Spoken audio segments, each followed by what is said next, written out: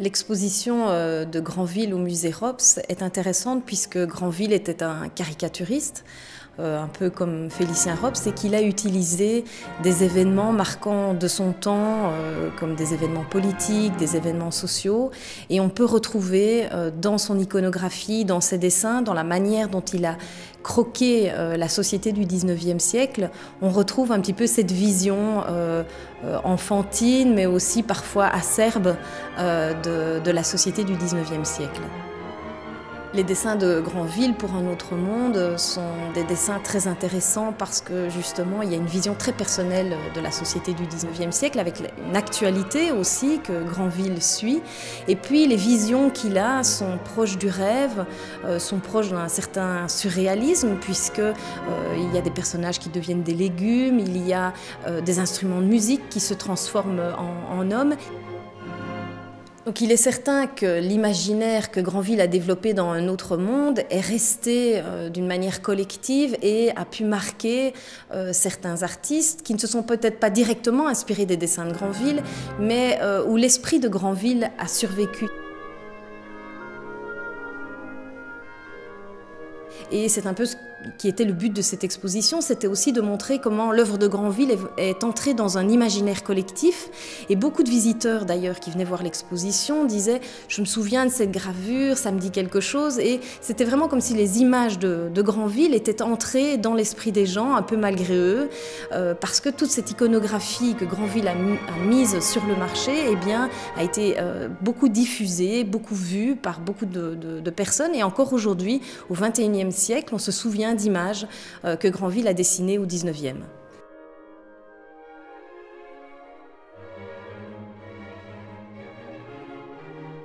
Nous avons placé le lustre de Vergara à l'entrée de l'exposition, à l'entrée du musée. Donc les gens étaient directement confrontés à cette œuvre d'art contemporaine et qui faisait allusion à l'ouverture aussi du livre Un autre monde, qui était annoncé dans le Charivari et qui représente un lustre majestueux dans lequel le titre Un autre monde est inscrit à l'intérieur de chacune des sphères du lustre. Donc Ángel Vergara était une pièce aussi importante de cette exposition pour permettre vraiment aux spectateurs de pénétrer dans un autre monde. C'est notamment un travail que je développe pour l'instant qui est présenté à la Biennale de Venise et qui est justement une espèce d'exploration de notre société vue à travers les 7 péchés capitaux. Et donc ce sont des prismes comme ça qui aident effectivement à voir cette vision et à la développer de manière... Bon, lui, c'est à travers la caricature, moi, ça se passe autrement.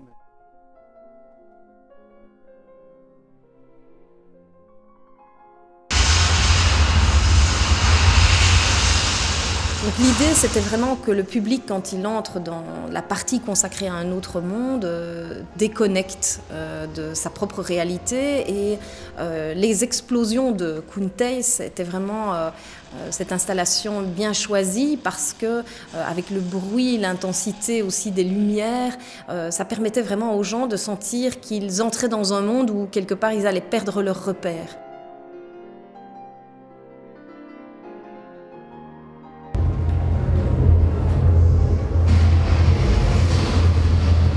En principe, j'ai fait cette œuvre à base des explosions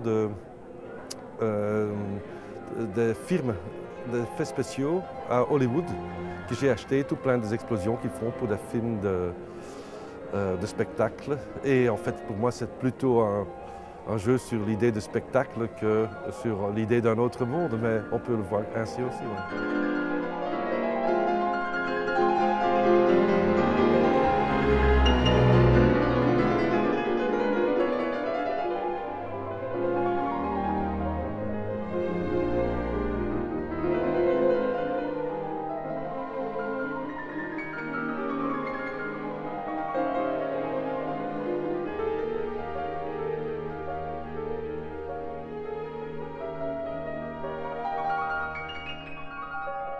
Pour moi, c'était un peu le même contexte que pour Granville, je crois, parce que pour moi, la boule de sphère était vraiment une sphère comme une planète ou une planète.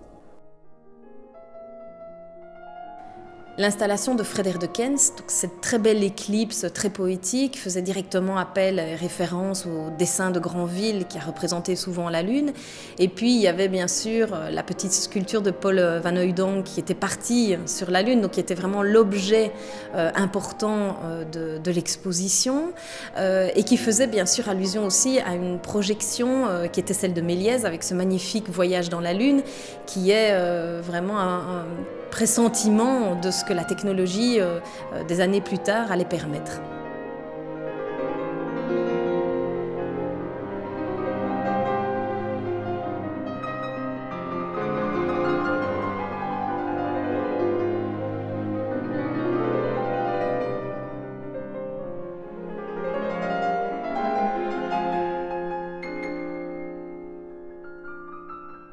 Le voyage sur la Lune est une des thématiques de Un autre monde de Granville et c'est pourquoi le ballon de Panamarenko trouvait tout à fait justement sa place dans l'exposition.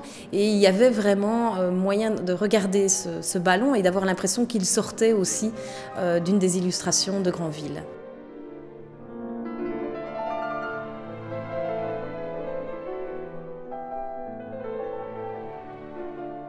Dans certains dessins de Granville, on voit des animaux qui ont des corps d'homme et donc Granville joue souvent justement en mélangeant l'espèce animale et l'espèce humaine et c'est ce qu'on retrouve chez Koen van Mechelen où lui va jouer dans le règne animal, donc en prenant des têtes de certains animaux, en les collant sur d'autres formes de corps empaillés et il y a toute cette réflexion aussi de l'évolution de la société par rapport au clonage et toutes les recherches génétiques qui sont faites en laboratoire. I'm dealing with diversity, biodiversity, but also cultural diversity. And if you melange those two things together, then automatically you come to the animal. My work is really dealing with history, the present and the future. And I think that's very important. If you look at my work, then I'm always saying what we see is maybe not what we get. What we see is something where we're not knowing where we're dealing with. But it's always different and maybe different from yourself. And maybe you're different from yourself as well. And if you're dealing with this kind of subject, you always try to respect something else. And this is really, this is where my work is really dealing with. Try to discover. And if you discover, you can go forwards. This is a way of evolution, in my opinion.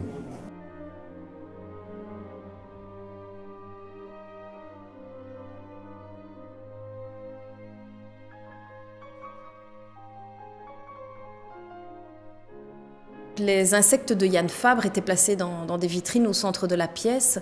Yann Fabre montre par là aussi, il joue sur les insectes et il explique que les insectes sont les plus vieux animaux de l'évolution de l'espèce et il transforme ces insectes en leur donnant des capacités humaines, en les transformant en objets et on retrouve aussi toutes ces transformations dans les dessins de Granville.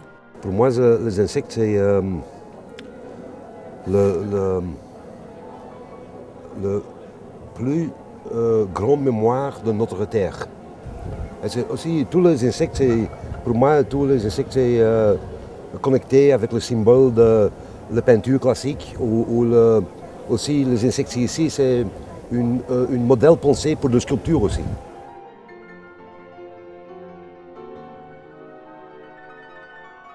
Le pouce de César, c'est probablement l'œuvre de l'exposition qui était directement inspirée d'un dessin de Granville.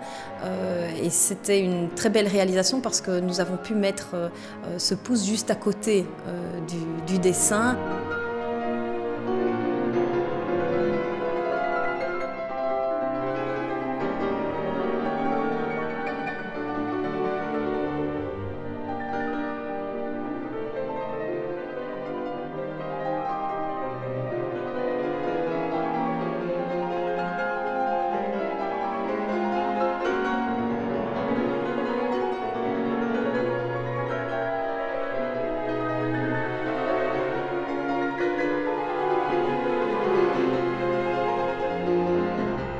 Granville a représenté dans une de ses illustrations des singes qui étaient en train de peindre et quelques décennies plus tard, Desmond Morris a fait ce genre de démarche en demandant à un singe, en suggérant à un singe de peindre et de manière assez étonnante, les peintures de ce singe vont remporter un succès assez incroyable et donc être même vendues aux enchères. Donc c'est un petit peu cette présence animalière et cette espèce d'apprentissage décalé de la peinture, comme le suggérait Granville, que Desmond Morris a réalisé. La présence d'Odilon Redon était importante aussi au sein de l'exposition parce qu'il y a vraiment cette dimension de rêve, d'inconscient dans l'œuvre de Redon et qu'on retrouve aussi chez Granville puisque beaucoup des œuvres de Granville représentaient aussi une vision un peu décalée par rapport à la réalité et notamment la présence de l'œil qu'on retrouve aussi chez Odilon Redon.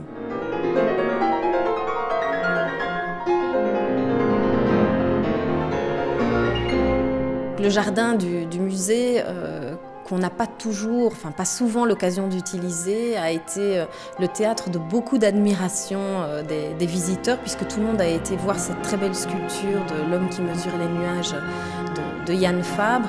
Et c'est justement un peu cette idée que les gens allaient lever la tête au ciel et regarder les nuages d'une manière probablement différente après leur visite au musée et après la découverte de l'univers d'un autre monde de Granville.